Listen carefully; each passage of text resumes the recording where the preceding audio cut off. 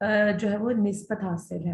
جیسے اب یہ جو جمادی الاول کا مہینہ ہے، اس میں فرمایا جا رہا ہے کہ آج ہم جن کے بارے میں سنیں گے وہ ہمارے پیارے آقا صلی اللہ علیہ وآلہ وسلم کے چچا کے بیٹے تھے، اور ان کا نام ہے حضرت سیدنا جعفر طیار رضی اللہ تعالیٰ عنہ، اور حضرت علی کرم اللہ وجہ الکریم کے بھائی ہیں. اور یہ حضرت علی کرم اللہ وجہ کی طرح بہادر اور نیک انسان، اور ہمارے پیارے آقا صلی اللہ علیہ وسلم سے بہت زیادہ محبت کرنے والے، آپ سے عشق کرنے والے ہیں. اب آئیے ان کا ایک بہت مشہور واقعہ سنتے ہیں کہ آپ نے کس طرح اسلام کی دعوت دی اور آپ کے پر اثر بیان کا لوگوں پر اثر کس طرح سے ہوا کہ سب نے اسلام قبول کر لیا. اس کے حوالے سے بیان آتا ہے کہ حبشہ کے بادشاہ حضرت نجاشی رضی اللہ تعالیٰ عنہ کے اسلام لانے کا جو سبب بھی ہے وہ بھی حضرت جعفر ہی ہیں، کہ ایک موقع پر آپ نے شاہ نجاشی کے سامنے اللہ رب العالمین کی وحدانیت، پیارے آقا صلی اللہ علیہ وآلہ وسلم کی رسالت اور اسلام کی حقانیت اور حضرت عیسیٰ علیہ السلام کی صداقت، حضرت بیوی مریم رحمۃ اللہ علیہ کے پاک دامن ہونے پر ایسا روح پرور تقریر فرمائی تھی کہ جو شاہ ابشا تھا اس کی زبان پر بھی یہ کلمات جاری ہو گئے تھے کہ میں گواہی دیتا ہوں کہ اللہ ایک ہے، اور حضرت محمد صلی اللہ علیہ وآلہ وسلم اللہ تعالیٰ کے رسول ہے، اور حضرت عیسیٰ علیہ السلام نے جن کی بشارت ہمیں دی تھی وہ وہی پیارے آقا صلی اللہ علیہ وآلہ وسلم وہی ہیں کہ جن کی ہمارے نبی نے خود بشارت دی تھی. اگر یہ جو شاہ حبشہ کا جو بادشاہ تھا، اس نے کہا کہ اگر میں بادشاہت کے کاموں میں مشغول نہ ہوتا تو ضرور ان کی خدمت میں حاضری دیتا اور ان کے نالین مقدس کو اٹھاتا، تم لوگ جب تک چاہو یہاں ٹھہرو. اس کے بعد شاہ حبشہ نے آپ اور دیگر مسلمانوں کے لیے لباس اور کھانے کا بندوبست کرنے کا حکم دیا تھا. یعنی شاہ حبشہ کے اسلام لانے کا جو سبب تھا وہ بھی یہی تھے، یہی ہستی تھے، یعنی سیدنا جعفر طیار رضی اللہ تعالیٰ عنہ، یہی ہستی تھے. اور ان کی پھر شہادت کا واقعہ بیان کیا جاتا ہے. جمادی الاول کے مہینے میں شہادت ہوئی 8 ہجری کو، جمادی الاول 8 ہجری کو ملک شام کی سرزمین میں موتا کی جانب مسلمانوں کا لشکر روانہ کیا گیا، جس کے امیر حضرت زید بن حارثہ رضی اللہ تعالیٰ عنہ تھے. 3000 مسلمان مجاہدین کا 1,00,000 رومی سپاہیوں سے مقابلہ آسان نہ تھا. مسلمانوں نے جم کر مقابلہ کیا، کئی جلیل القدر صحابہ کرام شہید ہوئے. سرکار دو عالم صلی اللہ علیہ وآلہ وسلم مدینہ میں منبر پر تشریف فرما ہو کر میدان موتا میں ہونے والے واقعات کو نہ صرف ملاحظہ کر رہے تھے بلکہ صحابہ کرام کو بیان بھی فرما رہے تھے. حضرت زید بن حارثہ رضی اللہ تعالیٰ عنہ کی شہادت کے بعد حضرت جعفر رضی اللہ تعالیٰ عنہ نے پرچم تھاما تو شیطان نے پاس آ کر آپ کے دل میں موت سے نفرت اور زندہ رہنے کی محبت بڑھائی اور دنیا کی لالچ دلائی. آپ رضی اللہ تعالیٰ عنہ نے فرمایا کہ مومنین کے دلوں میں ایمان پختہ ہونے کا وقت تو اب ہے، اور تو مجھے دنیا کی لالچ دے رہا ہے. یہ کہہ کر دشمن پر ٹوٹ پڑے، پھر جذبہ شہادت سے سرشار ہو کر گھوڑے سے نیچے اترے اور آگے بڑھ کر مردانہ وار مقابلہ کرنے لگے. ایک رومی شخص نے آگے بڑھ کر آپ کے بازو پر ایسا وار کیا کہ بازو جسم سے جدا ہو گیا. آپ نے جھنڈا دوسرے ہاتھ میں لے لیا، اس نے دوسرے بازو پر وار کر کے اسے بھی جسم سے جدا کر لیا. آپ نے پرچم اپنی گود میں رکھ کر کٹے ہوئے بازوؤں سے ایسے تھامے رکھا کہ یہاں تک کہ تاج شہادت سر پر سجا کر روح جسم سے جدا ہو گئی.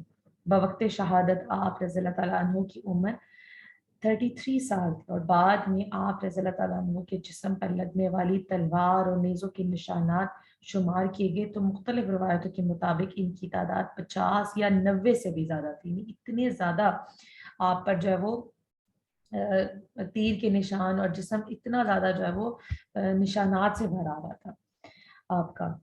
اور پھر فرمایا جا رہا ہے کہ آپ رضی اللہ تعالیٰ عنہ کا مزار مبارک جو ہے وہ موتا میں ہی واقعہ ہے.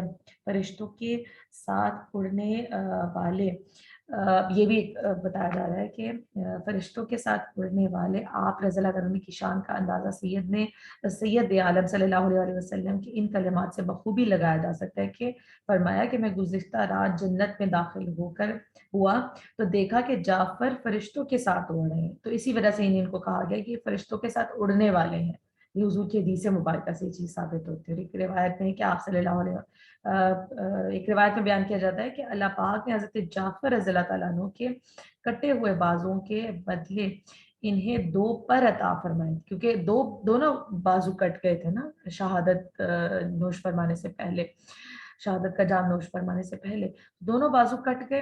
تو فرمایا کہ ان کے بدلے میں ان کو 2 پر اللہ تعالیٰ نے عطا فرما دیا. اس وجہ سے آپ کو جعفر طیار بھی کہا جاتا ہے. اللہ پاک کی ان پر رحمت ہو اور ان کے صدقے سے ہماری بھی بے حساب مغفرت ہو. آمین ثم آمین. اب یہ ہم نے یہ واقعہ سنا حضرت جعفر، یہ کتنے بہادر تھے اور کافروں کے ساتھ جنگ لڑتے ہوئے اللہ پاک کی راہ میں شہید ہو گئے. اور جو شہید ہوتا ہے وہ زندہ ہوتا ہے، اور اللہ پاک قبر میں ان کو رزق بھی عطا فرماتا ہے. ہمیں بھی بہادر بننا چاہیے. کبھی بھی ہم پر کسی بھی طرح کی مشکل پریشانی آ جائے اور دین کے حوالے سے ڈٹ جانے کا موقع ملے تو ہمیں ڈٹ جانا چاہیے. اس میں ہمیں مطلب ڈر خوف نہیں ہونا چاہیے کہ کوئی کیا کہے گا، یا ہماری جان کو خطرہ ہے، ہمارے مال کو خطرہ ہے، ہماری اولاد کو خطرہ ہے. ان چیزوں کی پرواہ نہیں کرنی چاہیے. جیسے آج اگر ناموس رسالت یا ختم نبوت کے حوالے سے ہمیں بات کرنی پڑے، ہمیں اس کے حوالے سے اگر نکلنا بھی پڑے تو ہمیں ڈرنا نہیں چاہیے، ہمیں پیچھے نہیں ہٹنا چاہیے، ہمیں مقابلہ کرنا چاہیے. تو اس مہینے میں لہٰذا یہ کرنا چاہیے کہ جو بھی ہستیاں جن کا عرس آتا ہے یا جن کی شہادت کے دن گزرتے ہیں آتے ہیں، تو ہمیں ان کو اصالہ ثواب کرنا چاہیے.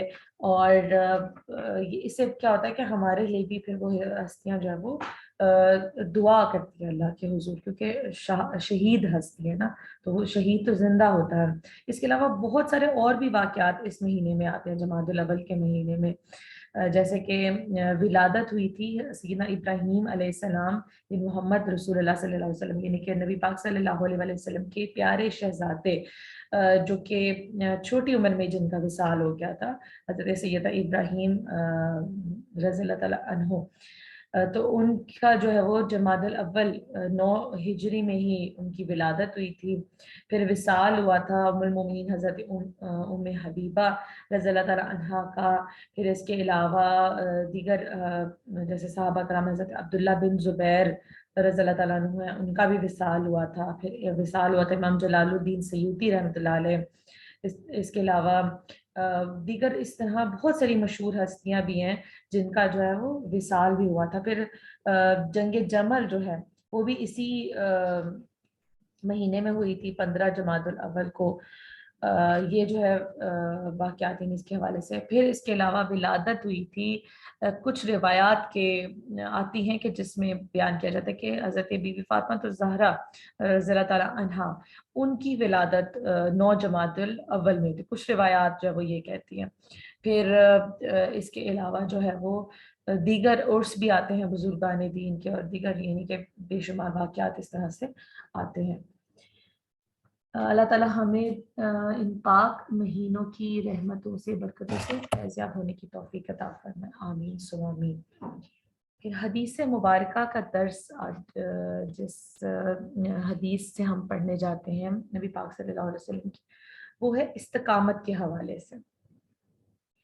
تو فرمایا جاتا ہے قرآن پاک کی ایک آیت ہے جس میں اللہ تعالیٰ فرماتا ہے کہ تم اس طرح ثابت قدم ہو جاؤ کہ جس طرح تم کو حکم دیا گیا ہے.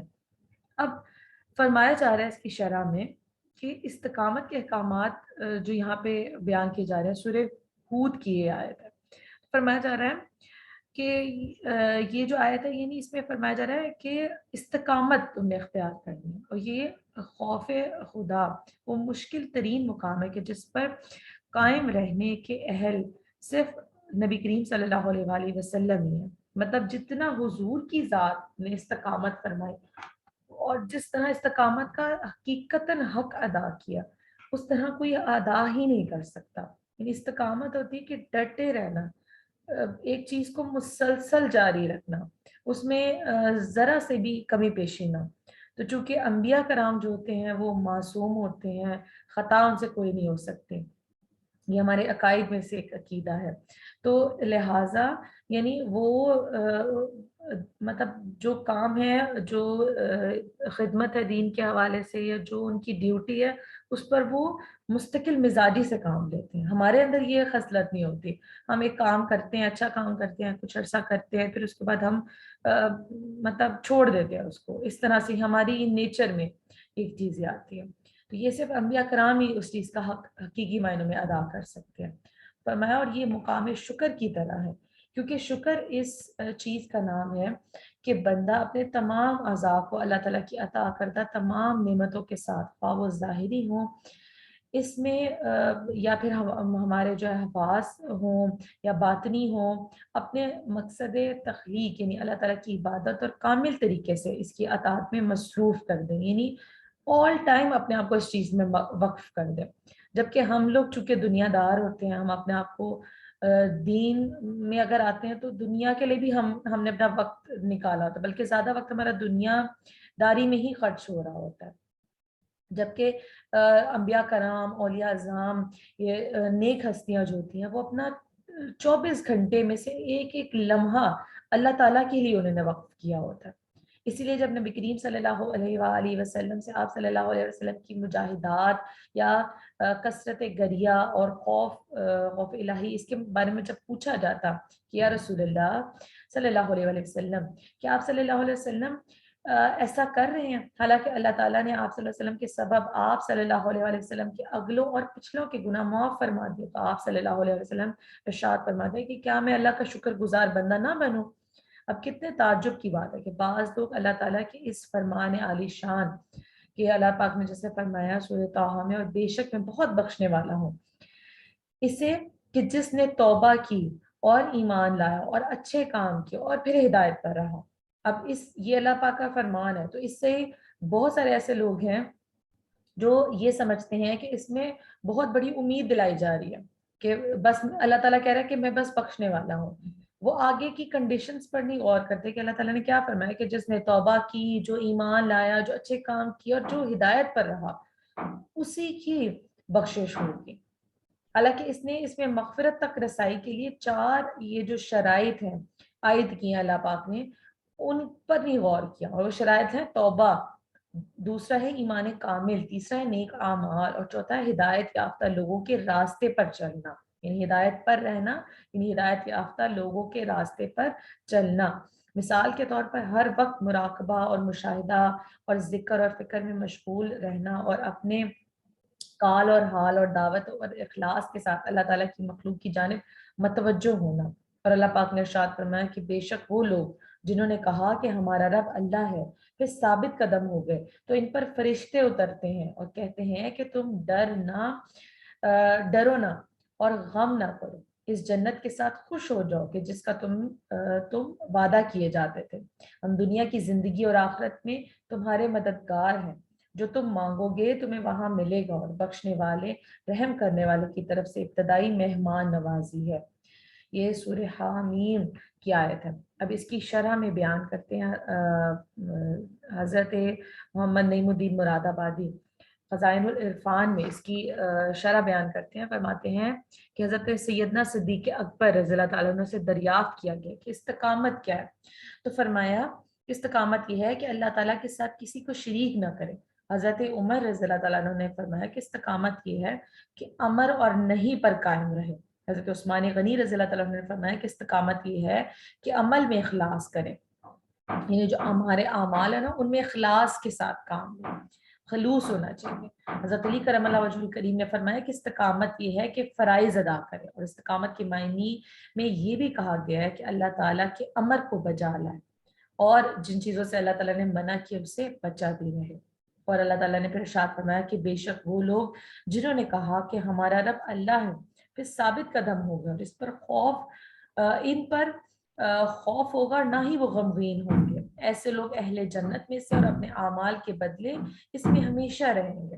حضرت ابو عمر حضرت سفیان بن عبداللہ سے روایت کرتے ہیں کہ میں نے عرض کیا یا رسول اللہ صلی اللہ علیہ وسلم، مجھے اسلام میں ایسی بات بتا دیں کہ اس کے بارے میں کسی اور سے نہ دریافت کروں. فرمایا کہ میں اللہ پر ایمان لایا پھر اس پر ثابت قدم بھی رہا. مسلم شریف کی حدیث ہے، یعنی جب تم ایمان لے آؤ نا تو پھر اس پر ثابت قدم بھی رہنا ہے.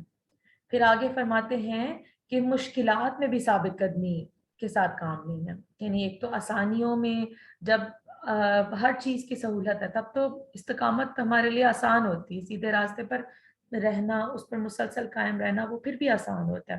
دوسری چیز ہوتی ہے مشکلات پر ثابت قدمی رکھنا. اس کے بارے میں فرمایا اور ضرور ہم تمہیں آزمائیں گے کچھ ڈر اور بھوک سے اور کچھ مالوں اور جانوں اور پھلوں کی کمی سے, اور خوشخبری سنا ان صبر والوں کو. یعنی پہلے شکر کے حوالے سے پھر اب صبر کے حوالے سے بیان کیا جا رہا ہے. یعنی جو استقامت والا بندہ ہوتا ہے نا وہ صابر بھی ہوتا ہے, وہ شاکر بھی ہوتا ہے. امام شافعی نے اس آیت کی تفسیر میں فرمایا ہے کہ خوف سے اللہ کا ڈر, بھوک سے رمضان کے روزے, مالوں کی کمی سے زکوٰۃ اور صدقات دینا, اور جانوں کی کمی سے امراض کے ذریعے موتوں کا ہونا, اور پھلوں کی کمی سے اولاد کی موت مراد ہے. اس لیے کہ اولاد دل کا پھل ہوتی ہے. حدیث شریف میں ہے کہ سید عالم صلی اللہ علیہ وآلہ وسلم نے فرمایا کہ جب کسی بندے کا بچہ مر جاتا ہے تو اللہ تعالیٰ ملائکہ سے فرماتا ہے کہ تم نے میرے بندے کے بچے کی روح قبض کی ہے. وہ عرض کرتے ہیں کہ ہاں یا رب. پھر فرماتا ہے کہ تم نے اس کے دل کا پھل لے لیا ہے. عرض کرتے ہیں ہاں یا رب. فرماتا ہے کہ اس پر میرے بندے نے کیا کہا؟ عرض کرتے ہیں کہ اس نے پھر بھی تیری حمد کی. فرمایا کہ انا للہ و انا الیہ راجعون پڑھتا ہے, اس کے لیے جنت میں مکان بناؤ اور اس کا نام بیت الحمد رکھ دو. یعنی جب کسی کا بچہ جو نابالغ بچہ چھوٹی عمر میں یا پیدائش کے ساتھ ہی پیدا ہوتے ہی فوت ہو جاتا ہے تو اس کے بارے میں فرمایا جاتا ہے کہ پھر اللہ تعالیٰ اس کے بدلے میں جنت میں اس کو محل عطا فرماتا ہے, بشرط یہ کہ اس نے اس پر اللہ تعالیٰ کی رضا میں راضی رہنے والا رہا ہو, اس نے کوئی مطلب اس طرح کے کلمات نہ ادا کیے ہوں. تو پھر اس کے لیے اللہ تعالیٰ نے فرمایا کہ جنت میں اللہ تعالیٰ اسے جگہ عطا فرمائے گا, اور اس جگہ کا نام بیت الحمد رکھا جاتا ہے. حکمت بیان کی جاتی ہے کہ مصیبت کے پیش آنے سے قبل خبر دینے میں کئی حکمتیں ہیں. کہ ایک تو یہ کہ اس سے آدمی کو وقت مصیبت صبر آسان ہو جاتا ہے. ایک کہ جب کافر دیکھیں کہ مسلمان بلا مصیبت کے وقت صابر و شاکر رہ کر اور استقامت کے ساتھ اپنے دین پر قائم رہتا ہے تو انہیں دین کی خوبی معلوم ہوتی ہے, اور وہ بھی اس کی طرف راغب ہوتے ہیں, اور اس کے حوالے سے نہیں آتا ہے. تو یہ ہے یعنی استقامت کے حوالے سے کچھ احادیث مبارکہ جب نے پڑھی, کچھ آیات مبارکہ پڑھی, اور دعا کرتے ہیں کہ اللہ تعالی ہمیں بھی دین پر استقامت عطا فرمائے, دین پر ثابت قدمی عطا فرمائے, جو پڑھا سمجھا اللہ تعالی سے قبول و منظوری فرمائے, اور ہم سب کے لیے آسانیاں بھی عطا فرمائے, اور آسانیاں تقسیم کرنے کی بھی ہم سب کو توفیق عطا فرمائے. آمین ثم آمین.